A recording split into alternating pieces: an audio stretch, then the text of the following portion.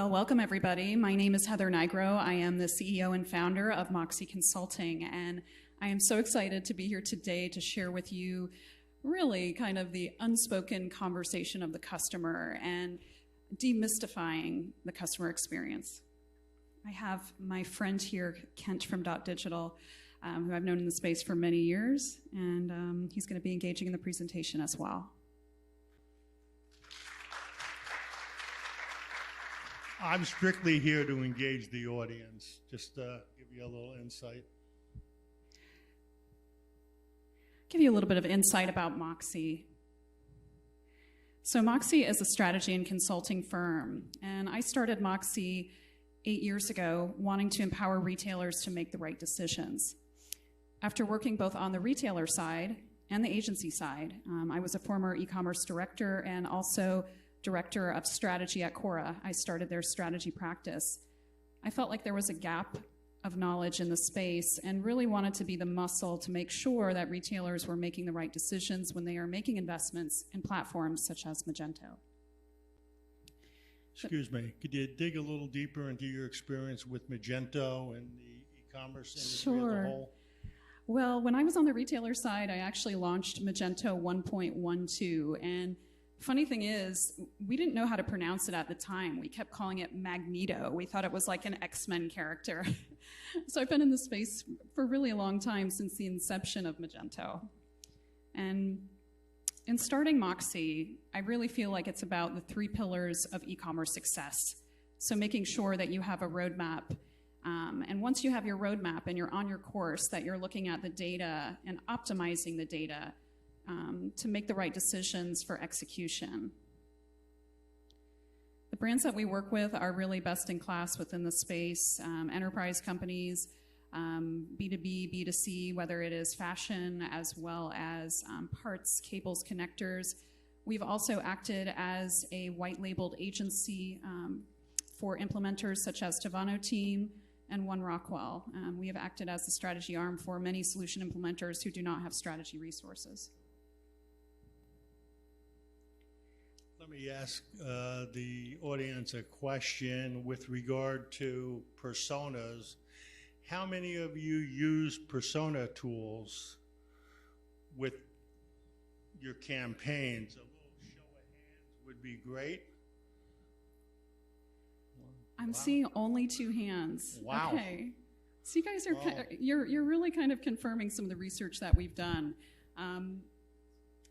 You know, to me, it's like putting on your Inspector Gadget hat, or I think of Dick Tracy. You know, it's like we want to find the clues and who is really the customer. And whether it is on the B2B, B2C, or even I would say agency side, majority really don't know their buyers that well.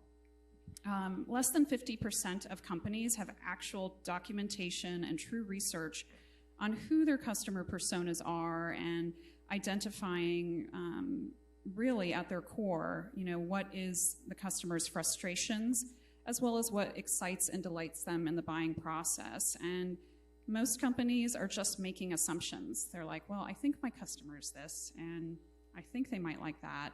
But very few have actually spent the time to create a centralized document to qualify who truly their buyer personas are. Dig a little deeper into psycho demographics. I'm really interested in pain points, and from a goal perspective, what should merchants do to engage their audience more or get to know their audience? Well, I think any good strategist or consultant is also part psychologist, because there's so many moving parts that you have to keep in mind in order not only to create, I say, change process within an organization, but also understand like the core group of people you're working with and for. And I feel the same when it comes to understanding shoppers. Most companies are only looking at demographics. So they're looking at what a customer spends, where they're located, their age. But any true persona or getting into psychographics to me are one of like the most important ingredients in creating a recipe for success around personas. And when we think about psychographics, we're getting into the emotional intent of the shopper. And it's imperative to have emotional intelligence if you truly want to get to the core of obtaining someone who is going to be with the longevity of your brand. The last thing that you want is a one-and-done shopper and to leave them with an experience that doesn't resonate. It is truly about walking a mile in their shoes and understanding who they are and what drives them. And when we think beyond demographics, psychographics includes behavioral data, thinking about what their hobbies are, what their passions are, what brands and brand affinity they might resonate with. Additionally, it's pairing all these things, behavioral data, demographics, psychographics, and to me, almost the last piece of the pie is transactional data. I have a rule at Moxxii. It's like people first, then product, and with those two things, you will then have profitability. So if you're putting your customer first, I think that that is like one of the most important things is people first, then product, and with that will come profitability. And from a channel perspective, obviously it's important to be able to reach out to your customer the right time on the right channel. Could you talk a little bit about the various channels, Sure. Whether it be email, SMS, etc.? I think that that's a very good point that you bring up, because many times when people are thinking about their customer, they are only looking at, let's say, one segment, whereas you can get more behavioral data when you are looking at their email marketing aspects, their text message engagement, in addition to social media. The gentleman that spoke before me brought up analytics tools such as Hotjar, which I think is absolutely imperative to have behavioral analytics to understand exactly in the customer journey where their frustrations are. So please do not just pull from GA because Google favors Google. You should be pulling in also information from your ERP when it comes to that type of information.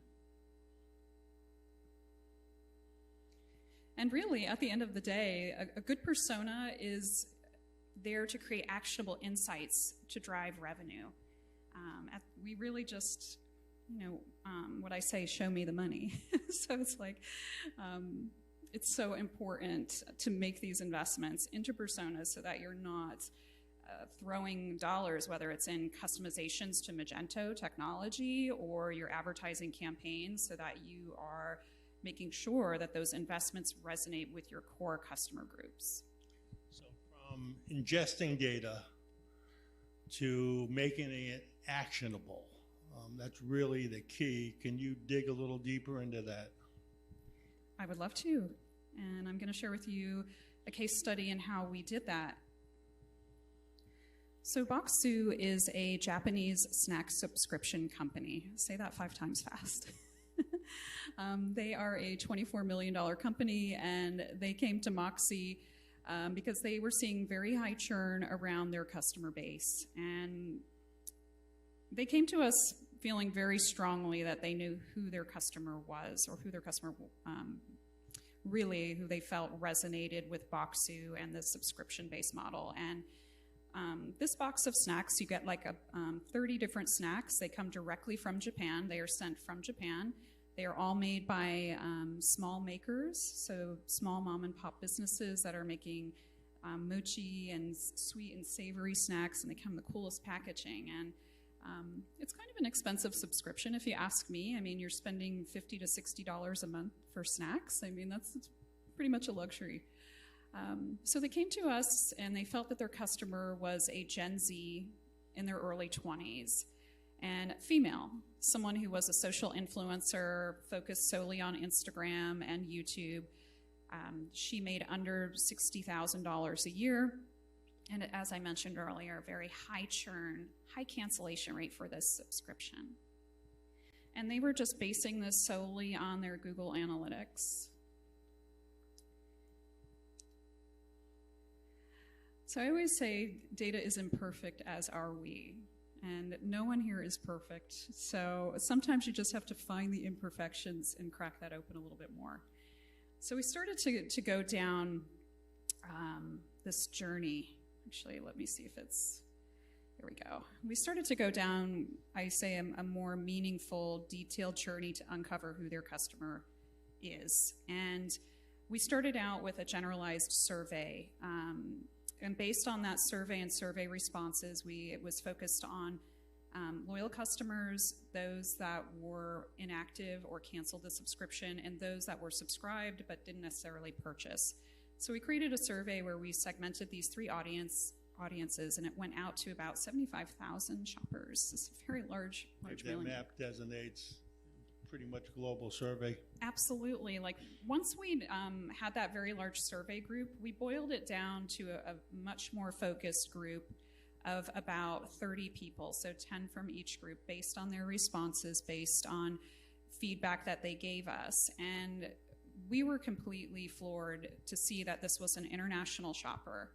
And this shopper not only was international, but they were affluent, they were older, and most of them, like their jobs fell in the STEM categories. So this is a very affluent, educated, mature shopper, and they would spend time with their families and friends and loved to share the product.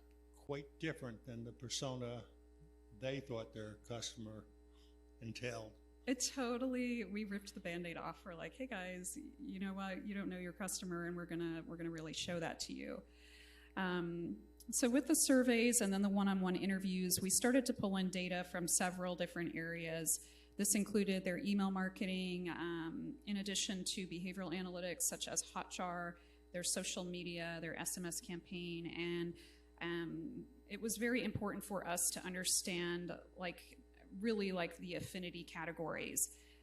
One person that we interviewed, he would do nothing other than eat at Michelin star restaurants. Like he spent 30 minutes talking with one of our strategists about how much he loved the Michelin dining experiences. He had Viking kitchen appliances, very affluent. So that was very interesting for us. This shares a little bit about the process here in terms of the survey analysis, interviewing, and then hearing those keywords from those shoppers for continuous improvement. And we came up with 3 personas, and the ones that I want to highlight here regarding this case study is someone that we call Peter. And Peter is a dedicated father. He's actually divorced, and he would utilize Moxxii as a way to have a ritual with his 2 children. And when he had custody of them on the weekends, they would look forward to going over to Dad's house and sharing the Moxxii experience. And it was wonderful to hear from the families. It was not only, what I say, single parents or divorced parents. I was surprised how many dads were buying this snack subscription for their kids. Many times they would be playing video games with their children, and they would perhaps see an advertisement for Moxxii or be watching anime, and the kids would say, "Dad, this looks really cool."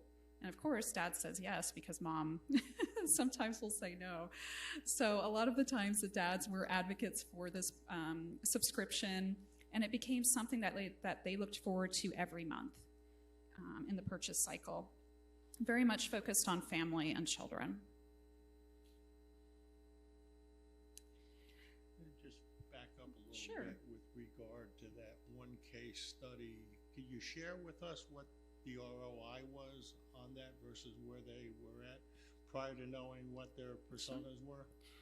So as a result of the persona development, we saw a 33% in ROI, and actually supported Moxxii creating a whole new merchandisable category that was around curation for families. And they even created a larger snack subscription box for families, because many times if there were more than 2 children, 3 or 4 children, there wasn't enough snacks for everyone. So they helped to shape not only, I say, the user experience on the website to accommodate merchandising, but actually at the product level to support more breadth. And from a personalization and segmentation standpoint, how much work did you do with them with regard to that? And I'm sure that contributed to their ROI. Yes. So in addition to Peter, who was one of the personas, we had an international shopper that spoke loud and clear to us. And One thing that I want to bring up about personas is everyone is so focused on the ideal customer. We have to think about their frustrations as well, but also think about personas that we don't want to attract. There is something called a negative persona, and you don't want to be attracting those customers, but you might. With the international shopper, there were many challenges. Customs and duties, the shopper was paying. A lot of times, because the snacks were coming from Japan, heat quality issues when they were being sent to Brazil, things might get melted. So while this was a customer segment, it's almost perceived as a negative customer in the eyes of Moxxii, because there's too many logistical issues. So in terms of segmentation, when they're doing their advertising campaigns as well as their email marketing, they are definitely focused on the international markets that they have a good relationship with.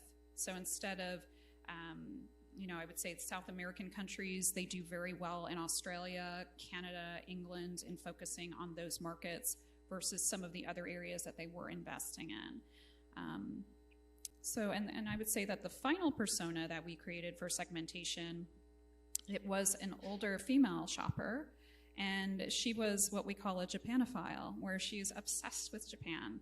And she's gone to Japan before on trips with either her partner, friends, or family, and got snacks in Japan, and then came back to the United States and she couldn't find them. So those were the three personas, and they definitely created not only messaging and email marketing, but also product variations around those customer segments. As well as social? Yes, social as well. And they have a huge audience on TikTok, and their TikTok customer, again, is like this female persona who is a Japanophile. So they cater that social media channel to show the makers of the products in Japan, as well as where they live and certain customs and rituals. So it definitely goes down to the social level as well for persona. I think that segmentation is key. One size does not fit all. I'm curious, how many people in the audience use segmentation, personalization in their interactions with their customers? Oh, not that many hands as well. Better than the first survey, though. And we only saw two, we did a little better. One thing too, aside from, I say, the psychographics and creating the customer journey, the customer story, experience mapping, I did not show the technicalities of what experience mapping or experience journey is, but it's a scale basically that shows the excitement as well as the frustration in terms of from when the customer enters the website experience to when they receive the product. And I think it's very important, whether it is B2B or B2C, or even on the agency side, is like you want your customers to feel like $1 million from start to end, and to have this continuous cycle so that they are loyalists and advocates of whether it is your software or your products that you're selling. So experience mapping is this, I say, peak and valley chart that will show exactly where frustrations as well as delight is in the experience.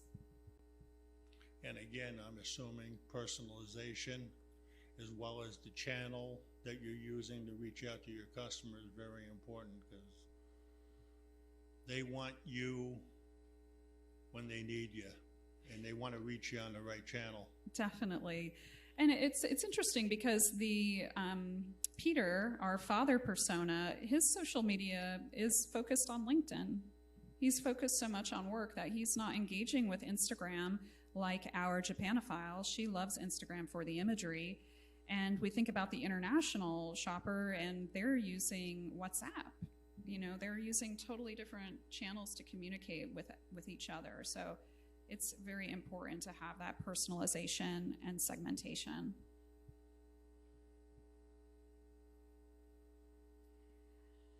Another case study I can share here is really more a diagnostic approach. And one thing that I want to share about Juice Beauty Cosmetics is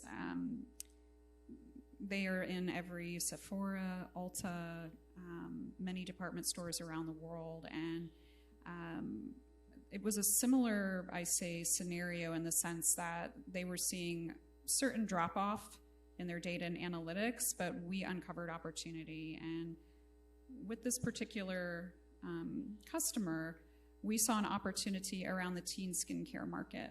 We saw a lot of search and keyword going through their e-commerce data on the back end of their e-commerce experience, as well as in their customer service. Like they have their chat and email inquiries, where we noticed that there was a lot of inquiries around acne, skincare, blemishes, things like that. So we paired this with additional survey analytics and found that there was an emerging category for them and around the teen skincare market.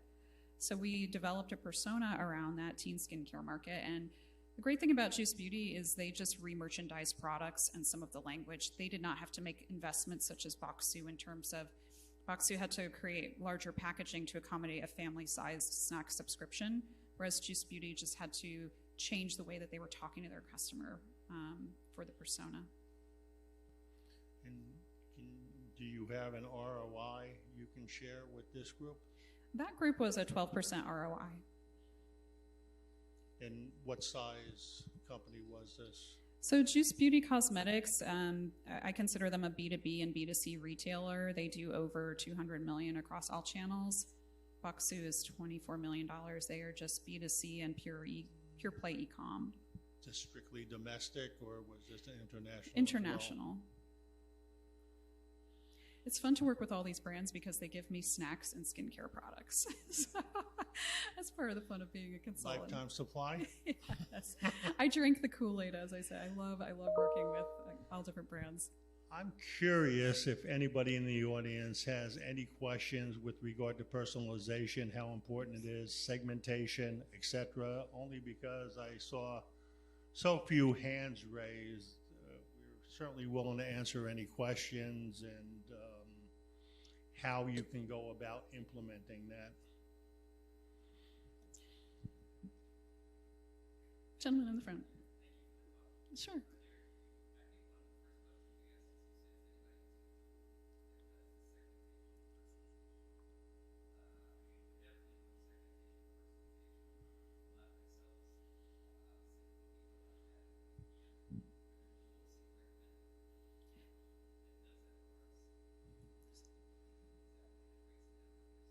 So it's, for me, I take a more personalized approach. There are tools out there that are going to create general personas for you.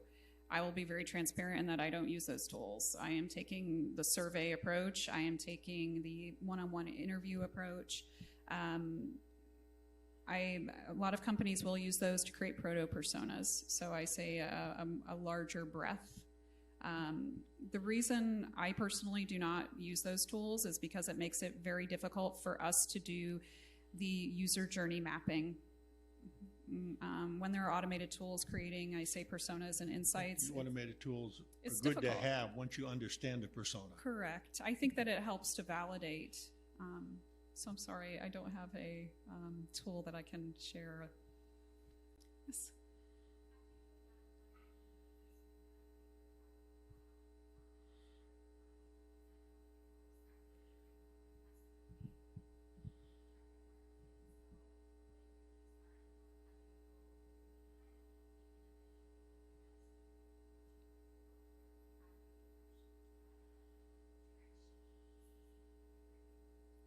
This is a great question, and I think a lot of this goes towards looking towards your competitors or who you aspire to be as a brand. It is one area that you can gain data and information, and there are tools where you can gain competitive insights and analysis of similar brands, and it will share whether it is, I say, the traffic to a particular product detail page. It will share certain demographics like age and geolocation. So you can, I would recommend, looking at your competitors, boiling it down to your top 1, 2, or 3, or who you aspire to be as a brand, and then taking that more competitive analysis to understand your customers more. And I will say this, you will always be amazed at taking things to a customer service level. So brands may have a customer service line that are just starting out. It could just be mom and pop, like shipping things out of their garage. Don't be afraid to pick up the phone and call one of your customers and offer them an incentive. I mean, I'm old school in that regard. I've been in this space 20 years, and you'd be surprised what you would gain from actually speaking to people. And many times, you know, I think of it as an incentive. It's like an incentive to connect. And when we did the interviews with Moxxii's customers, I was so surprised because many of them kept reaching back out to us afterwards because they wanted to share information about improving the experience. And there was someone who actually unsubscribed. They were international customer, and they were paying like $80 in customs and duties on a $50 item, but they loved it. Their kids loved it. He's like, I can't afford this. I have to cancel. And he just kept in touch with us. He's like, how are you doing with the experience? I'd love to give more feedback. So I'm all for speaking one-on-one, and don't be afraid to email, you know, those prospective customers that might be engaging with you. In the back.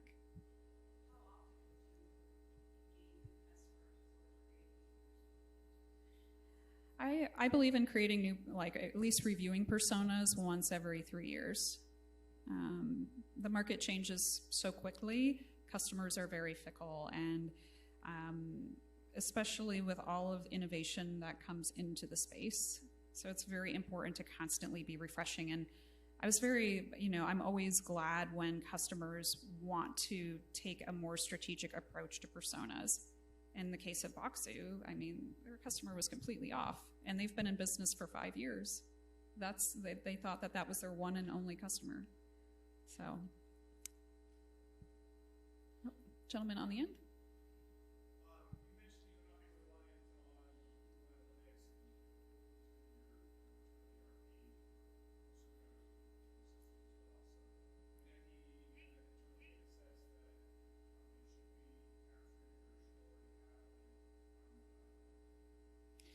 Definitely, that is a great question.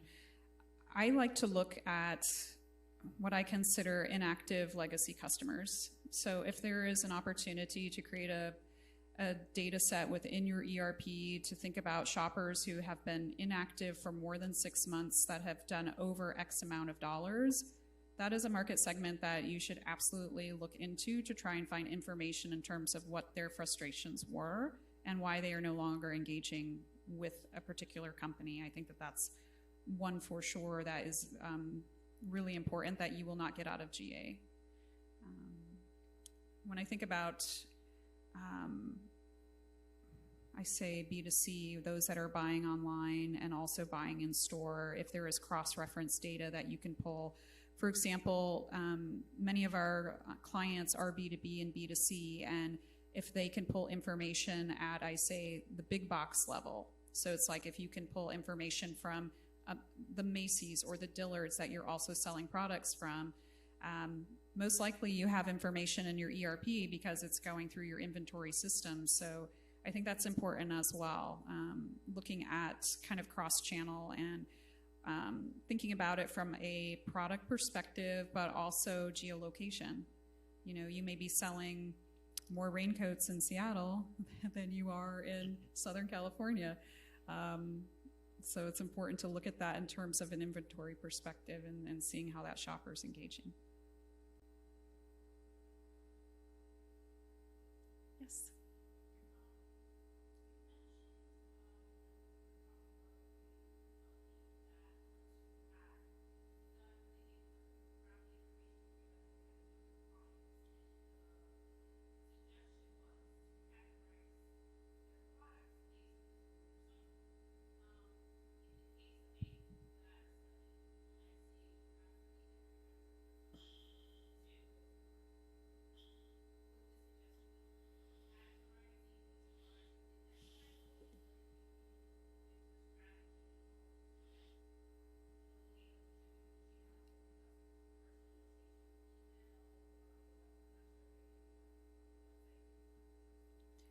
It is very important to think granular in that level. So going very deeply into not only the merchandising, but the messaging for those particular personas. So that's correct. I definitely feel that that is important. When Juice Beauty aligned with this new persona, they did create generalized messaging to and make this new announcement. And then based on the interaction of those shoppers, they were able to capture them and then further segment into that customer group.